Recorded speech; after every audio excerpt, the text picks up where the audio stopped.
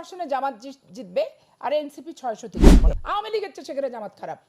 আমার চাঁপাইনবাবগঞ্জে সারা জীবন জামাতের সাথে বিএনপির কন্টেস্ট, আওয়ামী লীগ হচ্ছে থার্ড পার্টি। আপা মঞ্জু ভাই বললেন যে ভোটটি শুরু হবে, শেষ হবে কিনা এক ধরনের কনফিউজড মঞ্জু ভাই। হ্যাঁ, আমি মঞ্জুর সাথে একমত। কেন যে ভোট শুরু হবে শেষ হবে না, কারণ এই সরকারের কোনো প্রস্তুতি নাই। এই সরকারের কোনো নির্বাচনের প্রস্তুতি নাই, কোনো সদিচ্ছা নাই। না, সরকার তো বলছে যে নির্বাচন বলা, ওটা বলা বলতে হয় তাই বলা, কিন্তু আমি কোনো প্রকার প্রস্তুতি দেখি না। আপনি দেখেন গণভোট নিয়ে কি নাটক করলো নির্বাচন কমিশন, এনসিপির প্রতীক নিয়ে কত নাটক করলো, শাপলা দিব না করে কুড়িতে চলে গেল। আবার ধরেন যে গণভোটের প্রস্তুতি নেয় অনেক বাজেট, এটা একবার বললো, আবার বলছে হ্যাঁ গণভোটও চলবে। মানে এরা অস্থির, এদেরকে কে যে বলাচ্ছে, কার কথায় পরিচালিত হচ্ছে, এদের এটা খুঁজে পাওয়া যাবে। আবেগভাবে আমরা বুঝি এই সরকারের একটা পোর্শনের সাথে জামাতের সম্পর্ক আছে, এবং জামাত এনসিপি যেটা বলছে ওরা সেটাই করছে। আবার এনসিপি আর জামাত মঞ্জু ভাইয়ের সাথে জোটে তো গেল সবে, আজকের থেকে মঞ্জু ভাইয়ের দায়, পরশুদিন থেকে যা করছে তো মঞ্জু ভাইয়ের দায় না, ওটা মঞ্জু ভাই জবাব মঞ্জু ভাই গায়েও লাগবে না।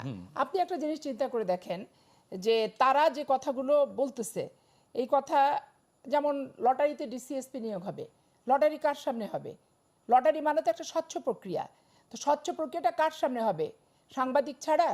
তো তাহলে লটারির নাম করে 15 দিন আগে একটা ডিসিকে দিয়ে দিল চাঁপাইনবাবগঞ্জে, সেই ডিসিটাকে 15 দিনের ভিতর রাত্রি 3টার সময় উইথড্র করা হলো, এটা কিসের ভিত্তিতে? তারপরে শুনছি লটারি হচ্ছে। তো লটারির আগে যেগুলো দেয়া হলো, এটা কার উদ্দেশ্য? এবং সে শিবিরের, এটা ইসলামী ছাত্র শিবিরের কর্মী, সোশ্যাল ইসলামিক ব্যাংকের একজন কর্মকর্তা। পরবর্তী পর্যায়ে 500 মার্কে বিসিএস দেশে আসছে, এসে আত্মীকরণ করছে, করে সে হচ্ছে প্রশাসনিক ক্যাডারের না ইকোনমিক ক্যাডারের ছিল। আর যারা প্রশাসনিক ক্যাডারে তো 1100 মার্কের পরীক্ষা দিতে হয়। তাহলে এই যে ভিতরে ভিতরে সেট আপটা হচ্ছে, তো এই সেট আপ যার যেখানে হচ্ছে সে সেখানে তো বুঝতে পারছে। এখন জামাতের হয় কি, ওই যে অল্প পানির মাছ না পায় বেশি। নির্বাচন চাইবে না কেন? জামাত নির্বাচন চাচ্ছে না, আমি তো আপনাকে এটা বলছি না। কিন্তু মঞ্জু ভাই তো বললেন যে 200 আসনে জেতার কথা। না, জামাত তো আমি তো মনে করছি 500 আসনে জামাত জিতবে আর এনসিপি 600তে জিতবে। মানে 500 আসন তো নাই আপা। ওই জন্য তো এনসিপি 600তে জিতবে, কারণ এনসিপি এর আগে পাটোয়ারি বলছে যে আমরা তো 400 আসনে জিতবো।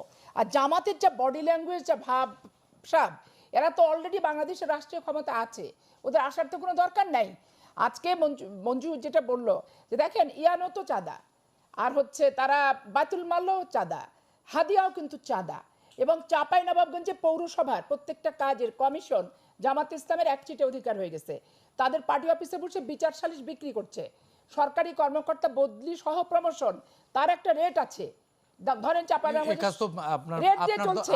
আমি আঞ্চলিকভাবে বলছি, আপনার দলেরও অনেক নেতার আমার দলের অনেক নেতা আপনি গড়া ঢালাওভাবে বলতে পারবেন না, স্পেসিফিক বলতে হবে।